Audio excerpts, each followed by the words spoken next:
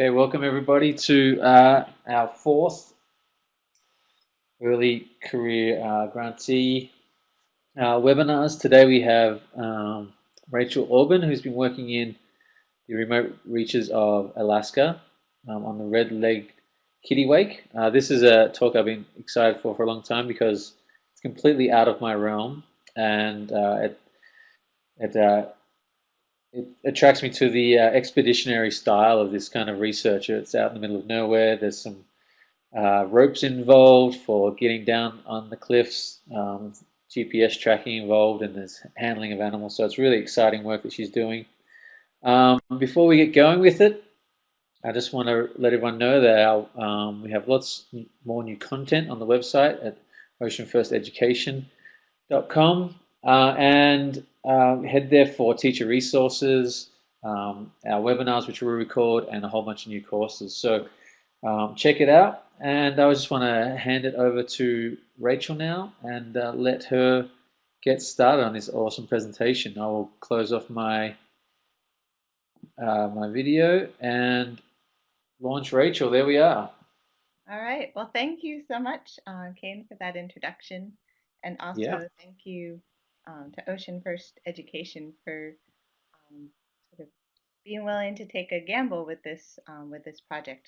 It's not too often that there are funds available to take risks and sort of do some exploratory research that you don't know if it's going to be successful or not. And that was really the portion of this project that Ocean First helped to fund. So it's super exciting because we were successful. So today I'll start out telling you a little bit about seabirds before I get into what we're doing with the red-legged kittiwakes.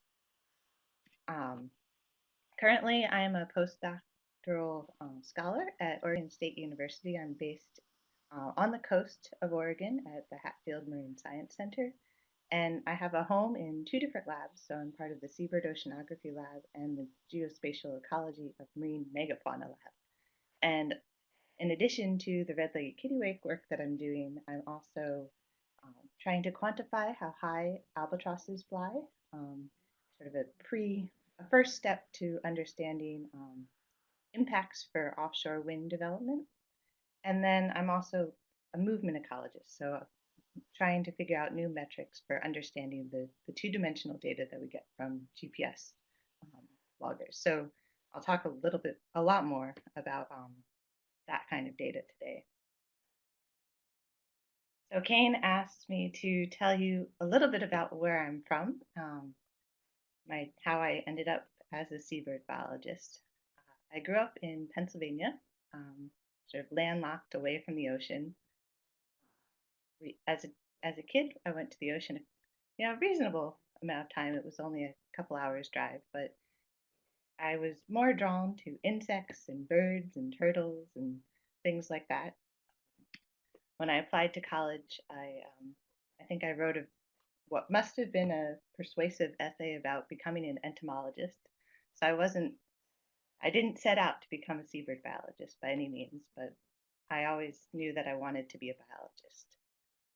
But in college, I learned to sail, and I also ended up working for a summer on the coast of Maine, which I think those two things sort of pointed me more towards the ocean. And when I graduated, I didn't know what I was going to do, and I ended up volunteering in Alaska on a little seabird island for about 2 months, and I pretty much was hooked. So I spent, I guess, the next 7 years traveling and working as a field tech on various seabird projects. So lots of small islands, lots of cold places, lots of black and white birds. So I worked with penguins in Antarctica, murres in Alaska, little auks in Greenland, and a number of other projects. And I think grad school really found me, and I ended up doing my research on the Pribilof Islands, looking at winter distributions of a couple of species of birds there. And I'm still working there. Talk about that in a second. So what is a seabird? This is kind of an interesting question because a seabird could be considered a terrestrial animal that occasionally visits the marine environment. So this is a picture of a tufted puffin um, with a fish in its mouth, paddling along. Or the same animal could be a marine animal that occasionally visits terrestrial habitats. So the picture in the background there is puffins at their breeding colony in Kodiak, Alaska, and they're burrow nesters, so they're all standing outside their holes where they lay their one egg. But for me, I think seabirds are really marine animals that occasionally visit these terrestrial habitats. And they need a solid, safe place to lay their eggs. So that is typically almost always land. It's, as far as I know, the only exception would be the emperor penguin, who uses ice, which is solid, mostly the solid sea. But so anyway, think about seabirds as this marine animal, but then they're using this terrestrial habitat. And that's what makes them really interesting to study because we can actually just walk over to where they're living. But in general, seabirds are really diverse. So here's just a couple pictures. I already mentioned penguins as a seabird, albatrosses, boobies, lots of different body types, lots of different strategies for extracting food from the ocean. And there's actually 16 families of birds, 65 genera, and about 346 species of seabirds worldwide. So, sorry, there's lots of words on this slide, but I wanted to get a few of these things down. So seabirds typically nest on islands and places with no to few predators, so they tend to nest in colonies, but some of them don't. So for seabirds, there's always the exception to the thing that you think that everybody does. But in general, they're adapted for life at sea. So their flight strategies, diving. Some birds can dive to 200 meters, and also they're adapted for life in this salty environment.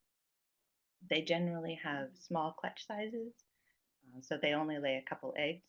In terms of, say, an albatross, they'll just lay one, or the tufted puffins that I mentioned. And they're typically long-lived. So for an albatross, they might live 60 years or more. Some of the small penguins live for maybe 10 years or so. So it's quite a range. And seabirds are often site faithful to the exact same nest, colony, and foraging area. And this is a really important trait for the work that I do with red-legged kittiwakes, because a breeding red-legged kittiwake will return to the exact same nest that it used year after year. So we know exactly where to find the same individuals, and that's super cool. But it's also important to note there are many interesting examples when these birds are not site faithful and do have this flexibility to change where they nest, when they nest, and where they forage. And unfortunately, like many predators, there are probably many less seabirds than there used to be. And it's estimated that we've seen a decline of almost 70% worldwide of the number of seabirds over the last 60 years. And of course, this is only estimated for those populations that we can actually quantify. And for some species of seabirds, it's really hard to actually count them. So we just don't know. So seabirds, because they're this marine animal and this terrestrial animal, they face threats both on land and at sea. So bycatch through fisheries, climate change, and then also pollution. So you may have seen pictures of birds with plastic that they've ingested.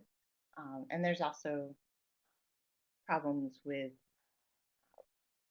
I guess, plastics and then contaminants in our ocean that might have cumulative effects on seabirds. And then on land, on the other side of things, many seabird colonies are threatened by invasive species. Sometimes human disturbance plays a role, things like that. So because I'm the one giving this presentation, I wanted to share with you some of my favorite things about seabirds. And one of those is that a lot of seabird species make huge migrations. So when you look out over the ocean, you might see a bird or two, but you don't really know where that bird's been or where they're going. And I find it absolutely amazing that the kittiwakes that I study, so up on the upper left-hand corner of this picture is a map of blacklegged kittiwakes.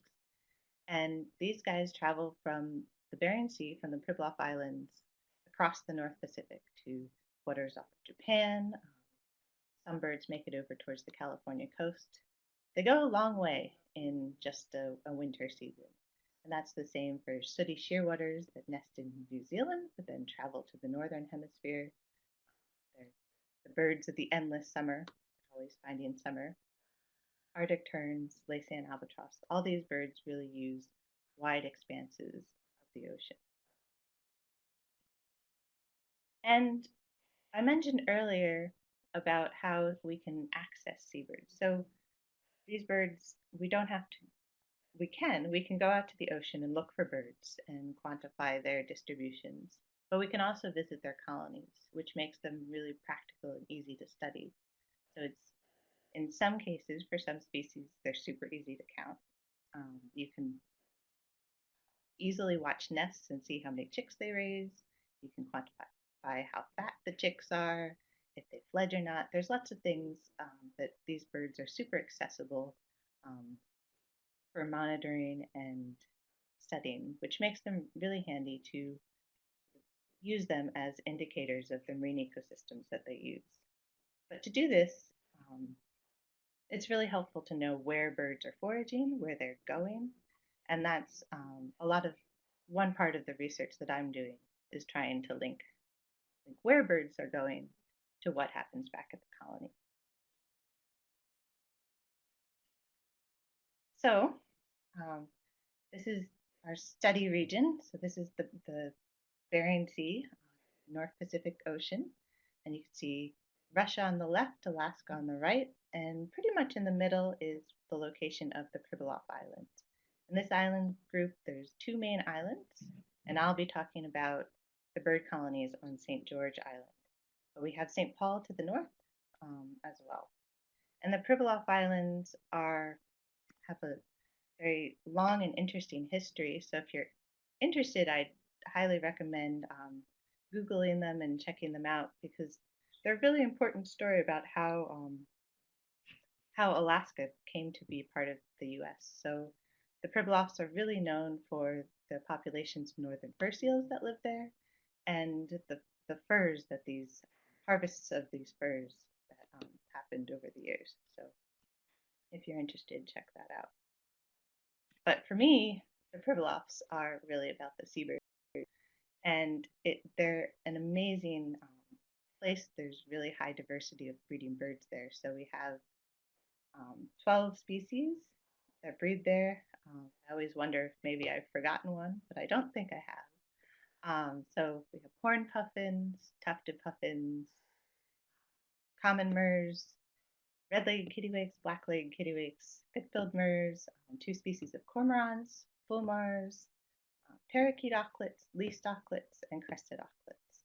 The auklets are super cool because they're very small, very specialized seabirds. But I'm going to be talking about the red-legged kittiwakes.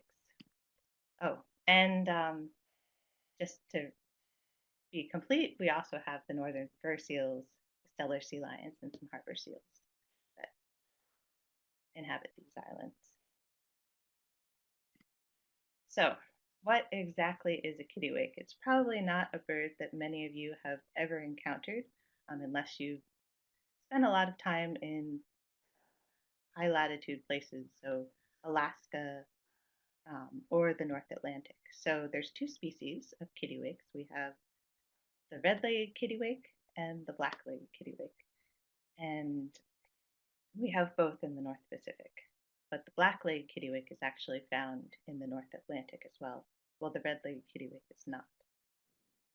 So the kittiwakes are colonial nesting seabirds, and they nest on cliffs. They're long-lived, 20 to 30 years, though I don't know that we actually know what the maximum lifespan would be for a red-legged kittiwake.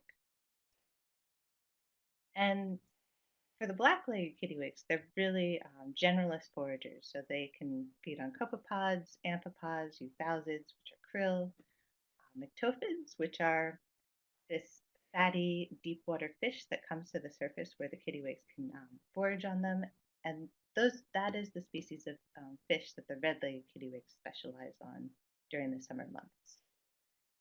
So the blacklegs have this wide variety of food, while the red-legged kittiwakes are really specialized. And kittiwakes are known for their highs and lows in breeding success. And there's been a lot of work tying this breeding success to ocean processes, so we can use them as ecological indicators. They use gliding flapping flight, and they're very agile flyers. And they're also small for gull. They're only about 350 to 400 grams. So they fit in your hand. They're very easy to handle. And they lay clutches of 1 to 3 eggs. Red-legged kittiwakes pretty much just lay 1 egg, while black-legged kittiwakes have much more flexibility there. And I mentioned before, but they're surface foragers, so they're only accessing about the top meter of the water column.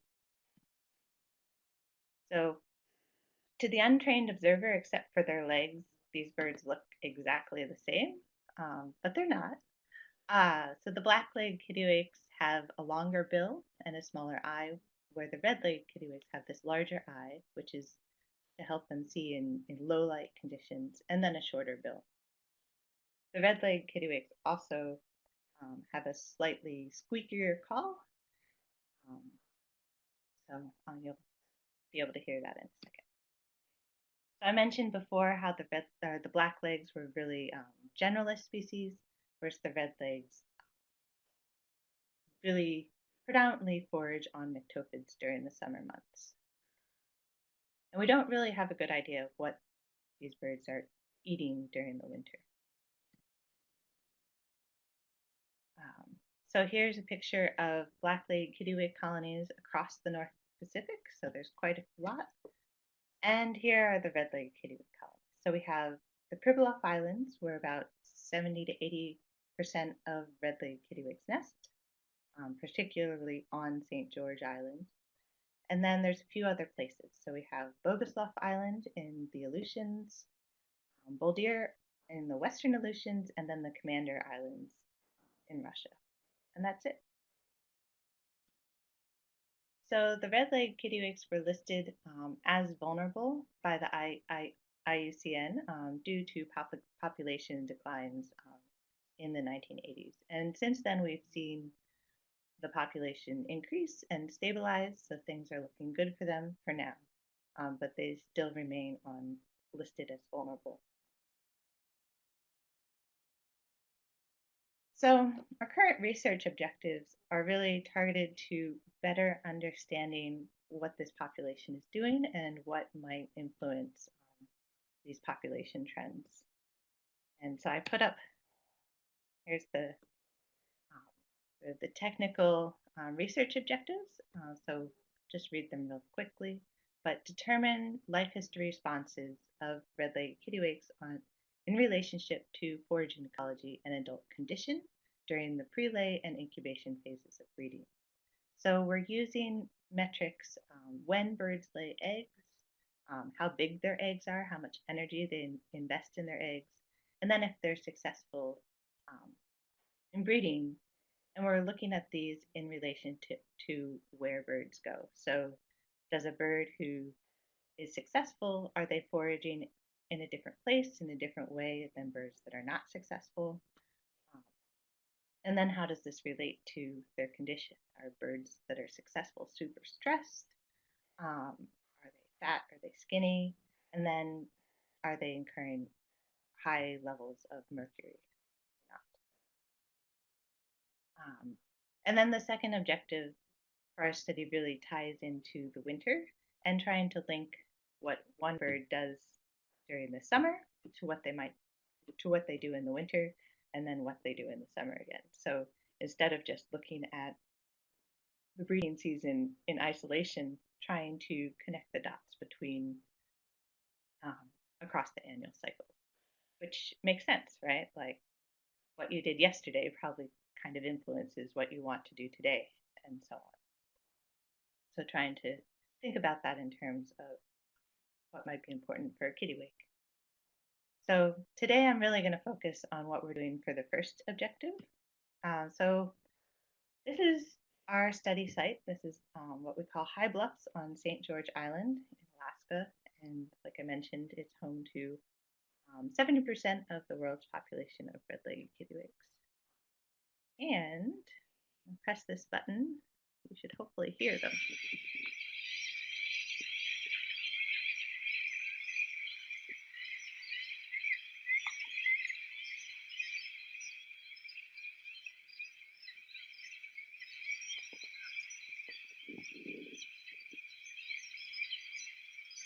So this colony is really concentrated on the high bluffs of St. George, and you can see that these cliffs are not sheer, but they're very tall. So the highest point is about 1,000 feet above the sea.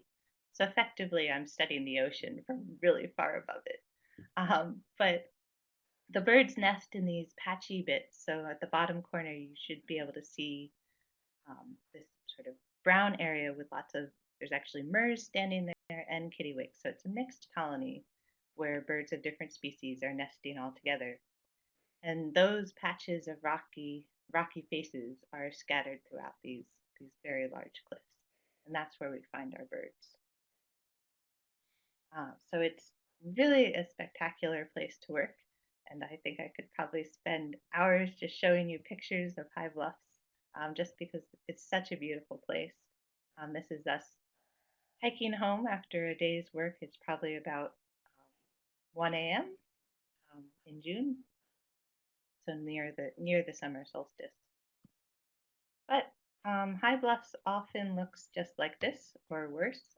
Because it's so high, it gets a little cap of fog. So we could spend weeks having it look like this, or like this, where the fog really just fills up the cliffs and makes it impossible to see the birds. So our work is really about, we really need to catch and handle birds so we can track them and sample them. So we have a lot of different ways in which we're doing that, and it's not easy because these birds are nesting on top of these really high cliffs. So I mentioned before that they nest in these little patches on the outcrops of these cliffs. And here at the bottom corner is a picture of their nesting ledge. So this is before they've laid eggs, so their nests aren't really built up, but they'll eventually build them up with little nest cups where they lay their egg. So on the right-hand side is a picture of Abram. You can see he's roped in. In this case, he's using what we call a noose pole. So it's a long, lightweight, extendable pole that has a monofilament loop at the end of it that is gently and quite sort of slowly slipped over the head of a bird, cinched tight, and then you can pull that bird up, and it takes just a few seconds. But a lot of our work, we actually access the nest cups, access the nesting ledges, and use put snares to catch the bird. And it's tricky because once we tag a bird, we need to catch that exact same bird back in order to get any data. So we've perfected this method so that we're able to tag and handle a bird and then capitalize on that investment and catch our bird back.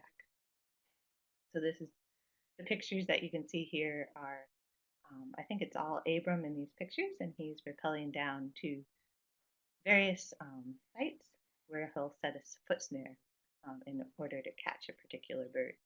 So once the snare is set, we let the bird settle back on the cliff, and then we wait until the right bird stands in the right spot to catch our bird. So Here are the tools of our trade. So when we catch a bird, we want to bleed the bird so we can sample its physiology. So we're measuring stress hormones, and then we'll also weigh and measure the bird. And in the bottom left-hand corner, here's a picture of the brood patch. So we'll check, especially before the birds lay eggs, we check to see if the bird might be getting ready to lay an egg or getting ready to be in that phase of breeding. And you can see those two bare spots where the egg will sit when it's incubating. And we are also measuring wing area so we can get a better estimate of flight energetics. So the GPS loggers are really the most amazing tool that we're using to understand where these birds are going. So they're about 11 grams when they're all wrapped up and attached to the bird, but they start out a little lighter than that. And so you can see in the upper left-hand corner, they're not much bigger than a penny. This instrument will last about 6 to 7 days, recording location every 3 minutes. And then we wrap it up in heat shrink tubing so that it's waterproof when we attach it to the bird. And I'll show you how we do that. So we use this special waterproof tape, and we tape it to the 4 middle tail feathers of the bird, just with 2 small pieces of tape, and it's ready to go. So this is where our birds go, and this is before they lay eggs. So we really didn't know where these birds were going this time of year. We didn't know when we first tagged these birds if they would come back. So it was really a risk that Ocean First Education let us take, is to see if we could track these birds during this time of year. So what we learned is that they are actually making reasonable foraging trips, but at these really large scales. So our longest trip, the bird went about 500 kilometers or 310 miles away from the colony, and we really didn't expect this. So this was super cool. And then we continued on. So we tracked the birds during prelay, and then we also tracked them during incubation. And as you might expect, the majority of the tracks during incubation were a little bit closer to the colony, though they were actually still pretty far away. So these birds are feeding for themselves at this point. They don't have to feed their egg, but as soon as they get a chick, they'll have to feed their chick. So I don't have tracks from chick rearing to show you, but in general, these birds are using the deep waters of the Bering Sea at this time, and they're foraging for myctophids, so that fatty fish that actually lives very deep below the surface, but then migrates to the surface waters in the evening and at night, where they're accessible for the red-legged kittiwakes. And the 2 different colors on this map, the light pink is birds that were not successful during breeding, where the dark pink is birds that were successful. So we didn't have very many successful birds in 2015 because it was a really poor year for breeding success just generally. And unfortunately, the same thing happened in 2016. But hopefully when we put the 2 years together, we'll get a sense for some of the differences, or if there are any differences between successful and failed breeders. So one thing that I just really enjoyed working with these birds during prelay was getting a better sense of how they're spending their time. So one thing that I thought was pretty cool that we can see from our GPS tracking is that these birds typically don't attend the colony at night during this time of year. We have foxes, native Arctic foxes that are on the island. So if you're sleeping on the cliff by yourself, you're pretty vulnerable. So instead of doing that, the kittiwakes will raft up on the water and spend the night on the water. It's also they're really very vicious, and there's a lot of fights for nesting ledges. They really need to have one member of the pair needs to be there to defend their ledge from other birds that want to take over, especially if the birds are on a good nesting site.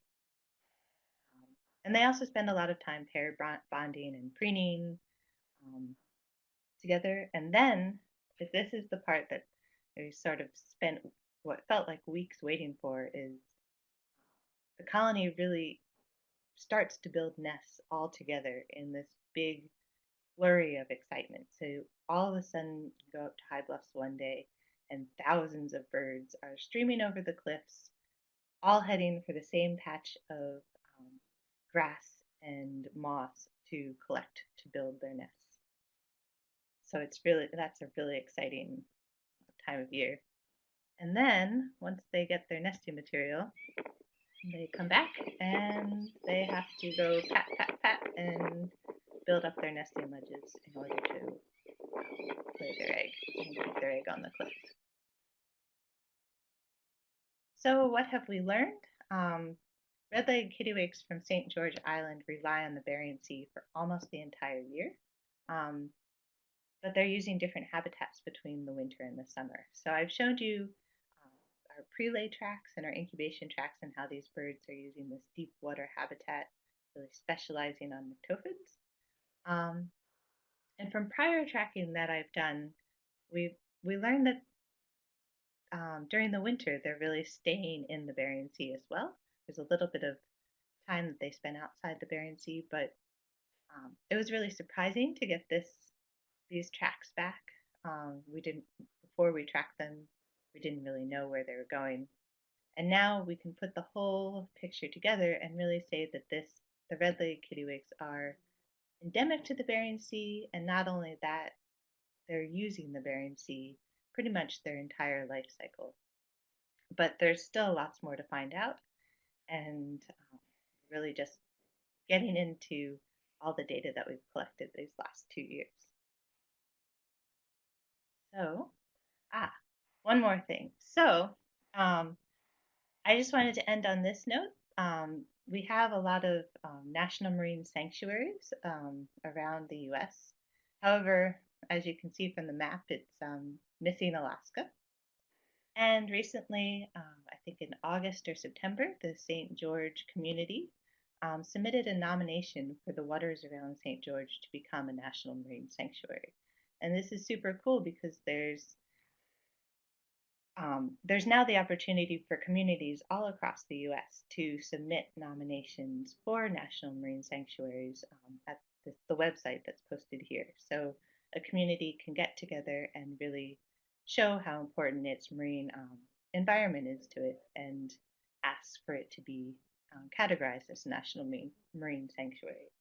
So this nomination by the St. George community is currently under review at NOAA. So with that, I'd like to thank everybody who's a part of this. So it's really a work of a lot of people, and in particular, the Alaska Maritime National Wildlife Refuge, who's been monitoring these populations of red-legged kittiwakes for many years, has really been wonderfully supportive. And you can follow our blog at the Seabird Youth Network for updates of next field season and things like that. So thanks for listening, and hopefully there's some questions. Thanks, Rachel. That was a really interesting talk. I learned a lot. I am just so intrigued by these birds. I noticed, I have a few questions, but I noticed, I mean, the migration data, those publications were so recent. I mean, 2006, I mean, maybe there's earlier ones, but that's pretty phenomenal that we're only really discovering the capacity of these animals in the last 10 years. So that's going to be exciting for you to be kind of at the grassroots of our fledgling understanding of these seabirds. It really is. I mean, it's amazing because they're such small animals. They don't, you need small tags to track them essentially. So for the winter, we used loggers that were 2 grams or less, and then for the summer, like I said, we used loggers that were 11 grams. So just the miniaturization of the electronics has been such a recent thing, but there's still so much more that can be done. Yeah, I mean, that kind of miniaturization of technology is really exciting for our future STEM students that hopefully are listening, and there's a lot of work to be done to improve our science and the way we get data. I had a question. Um, First of all, how long was that trip? That 500-kilometer trip? How many days was that, or was that just like one day? Um, I don't remember exactly how long that one was, but I think it would have been maybe 2 to 3 days, something like that. So not And super. they were just they just rest on the ocean and then take off again. Yep. Yeah. So when they're, I think oftentimes they'll spend a lot of time sitting on the water at night, but from that data, from the GPS data, we can't really tell what they're doing. Like some of it could be Yep. sleeping, but we also think that they're pretty active on the water. So there's this foraging tactic called sit and wait foraging, which is probably what red-legged kittiwakes do. So they might be moving around, paddling, and catching fish as they're sitting on the water. I noticed in the GPS tracks, it's kind of a clockwise motion around the island. Is that because of the current direction? And the closer they were towards the island, it was a bit more messy, but further out, there was this kind of cyclonic kind of motion of the water, and there was these long little tracks, kind of like star trails if you Yeah, take a camera of stars. exactly. Yeah, so it's exactly that. So they're, I think those tracks are when the birds are resting on the water, so they're not foraging so close to the island, and they are probably really just drifters at that point. And and yeah, from the cliffs, from the top of the cliffs, we can really see the like evidence of tidal currents moving around the island, and that's probably what's moving those birds. Yeah, I think that's so cool. I mean, just sleeping and rafting along. And then one other question I have. This is to help. Um, I'm not sure how much we know, but help kids understand what's the importance of seabirds in the marine ecology, and I guess to that end, what would happen without them to say fish communities and all that kind of thing. Is there a kind of trophic cascade that might have happened, or because they're a predator, there's always these kind of interactive things that happen. So I'm just wondering what do we know about their importance in the marine side of the ecology? I think we know quite a lot. So they are, like you said, they're predators. So they're seabirds in general are foraging on a large amount of fish, small forage fish, and that of course has implications for trophic levels below their forage fish, and so they're a competitor in the ecosystem. Um, there's also been some recent work done about how um, seabird poop is transferring nutrients back into the ocean, maybe moving things around in a different way. And I guess a world without seabirds, a world without seabirds is really hard for me to imagine. But um,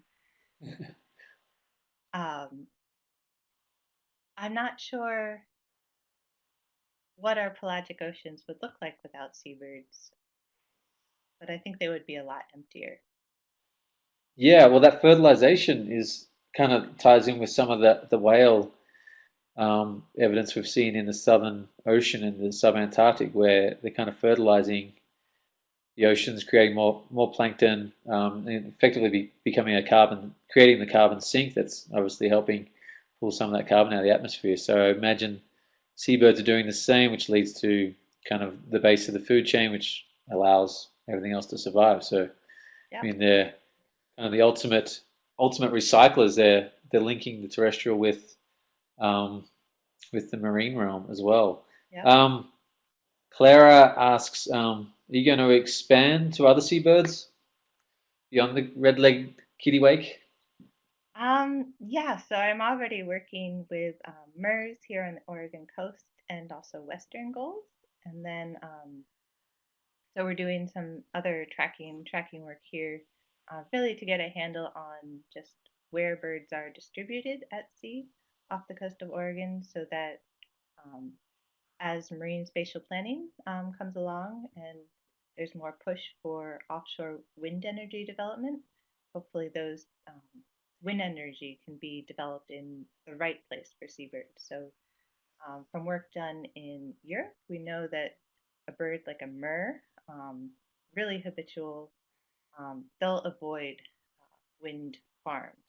So we don't want to put a wind farm right next to a murre colony, sort of between where the bird from the colony would be transiting through that area to find its food. So things like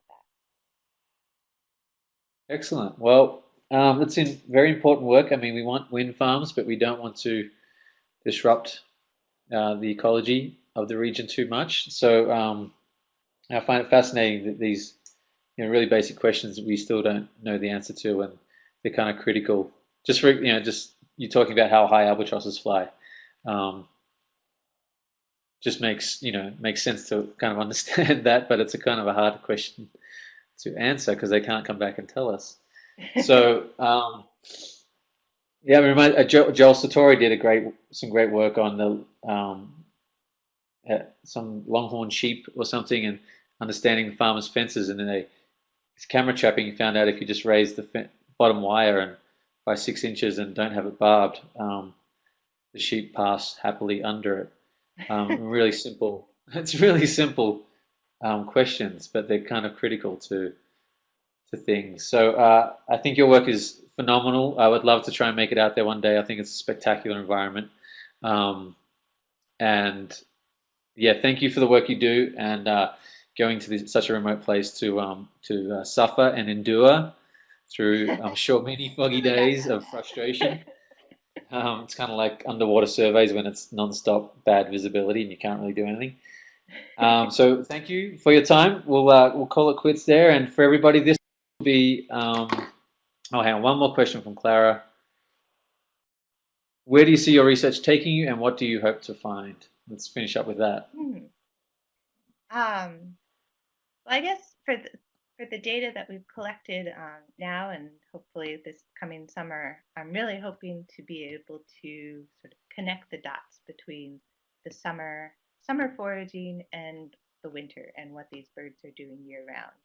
And we're following individual birds across the annual cycle, so we're able to see if these birds are laying eggs the following year, if they're successful.